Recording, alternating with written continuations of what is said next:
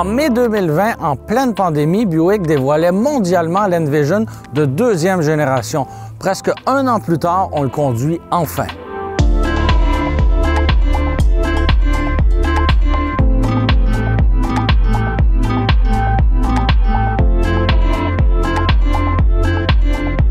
On a connu un grand succès avec la sous-marque Denali chez GMC et là, chez Buick, on tente de reproduire ce même succès-là avec la sous-marque Avenir qu'on a lancée en 2018 avec l'Enclave et la Lacrosse. La Cross Avenir, ça passait moyennement bien au Québec, mais là, pour la première fois, on a droit au niveau de finition Avenir pour l'Envision.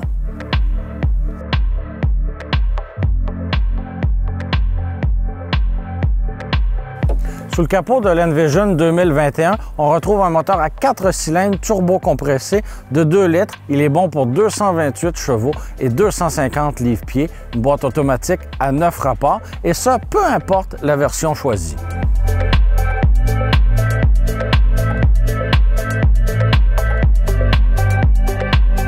L'Envision appartient à la catégorie des VUS compacts de luxe. Comme c'était le cas auparavant, on retrouve une configuration à 5 passagers. À l'arrière, le dégagement pour la tête est très convenable, même chose pour les jambes, mais on se serait attendu à peut-être une assise un peu plus longue.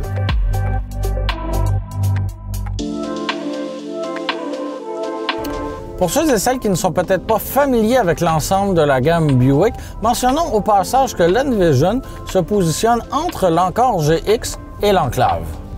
La gamme de l'Envision est assez simple. On retrouve 3 versions privilégiées, Essence et Avenir.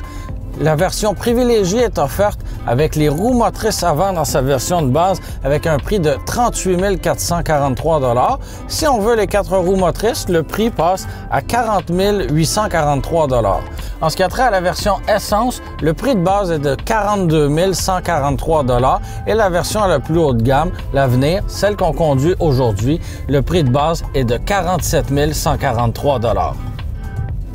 Pour ce qui est de la consommation, Buick annonce une cote de 8,2 litres sur route et de 10,5 litres au 100 km en ville. Après presque 300 km au volant de l'Envision 2021, l'ordinateur de bord affiche une moyenne de 10,2 litres au 100 km. Sur le plan technologique, l'Envision Avenir est bien équipée. On retrouve un rétroviseur qui se transforme carrément en caméra et on a droit à un très bel écran de 10 pouces qui est orienté vers le conducteur. Cependant, même si c'est un modèle de nouvelle génération, on retrouve quand même des aiguilles traditionnelles. On aurait pu s'attendre à une instrumentation numérique.